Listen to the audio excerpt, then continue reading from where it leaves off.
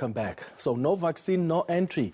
The organizers of the annual post-matric Ballito rage say entry will be restricted to people who have vaccinated against COVID-19. They're keen to avoid a repeat of last year's super spreader event in KwaZulu-Natal. Now festival goers will also have to take rapid antigen tests on the first, the third and final days of the 5-day event. Let's speak to Greg Walsh, who is the rage organizer, joining us now via Zoom. Thank you so much, Greg, for making time. How different is this festival going to be this year compared to how it's always been over the years, pre-COVID? Look, I think it's been a very sad time for us. Pre-COVID, I think we'd spent 20 years building a festival, 22 years in Plet, 19 years in Ballito, and we'd really stood for safety, excellence, and a world-class production. And obviously, COVID's turned our entire industry upside down. I think to date, we're sitting with nearly 1.3 million people unemployed in the sports, art, and culture sector. And yeah, it's a truly devastating time. I think 2020, the festival we put together was very complicated. It was 3 spaces for 500 people outdoors, given the regulations at the time. It was a very, very controlled environment. Let's use those words. There were 50 COVID compliance officers. We had police on site. You had to wear your mask. We didn't have alcohol for sale. You weren't allowed to dance. It wasn't really the framework for a nice celebration at the end of Matric. And unfortunately for us, it was our brand that took the reputational damage for everything that happened. And our events were an attempt to try and do something safely within the guidelines. Unfortunately, you're a Matric. That's not a very exciting environment to go and attend. And there was a lot of going to bars and clubs and unregulated events and parties at the same time. And the result was the result. And obviously it was all on our name, which was very difficult. Yeah. So I've mentioned some of the safety... Yeah, sorry, go ahead, Greg. No, I was just saying, I think you were asking then about 2021.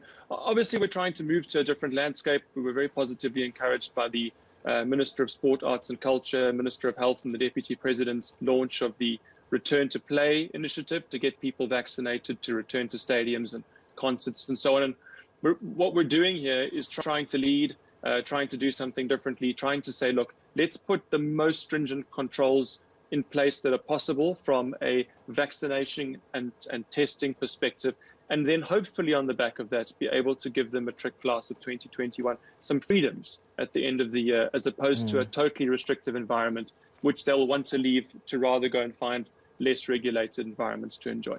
Yeah, I mentioned some of the safety protocols that you'll be implementing. You need people that are vaccinated if they want to attend the festival. They have to take antigen tests for, I think, 3 times during that festival. How much is this going to cost you, all of these additional safety protocols?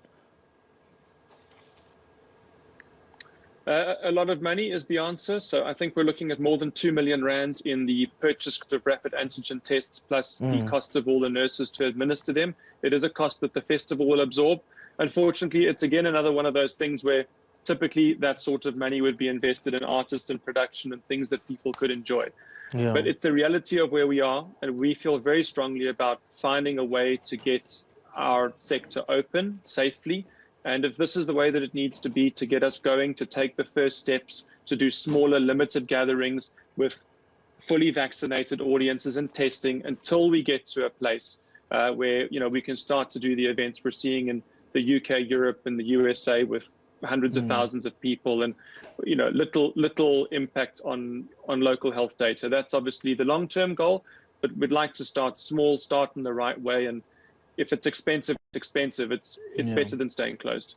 Yeah, and I just like how even with the expectations around vaccinations, you are encouraging young people to go and vaccinate. And we need that because we've got vaccines. It's just that the people are not coming to get the vaccines. How many people are you expecting this year? And the safety protocols that you have in place, are they already suited for possibly your event coinciding with the 4th wave? So, look, in a typical year, we'd have 7,000 to 8,000 people attending Ballito Rage. That's not possible. One, it's not possible. Two, there'll be some people who don't want to get vaccinated and won't want to come and attend. There's a lot of reasons. It's also a contentious issue, trying to even consider having a party at the moment. We're looking to do 2,000 people is what we're hoping to achieve in a limited environment with as many controls as we can in place.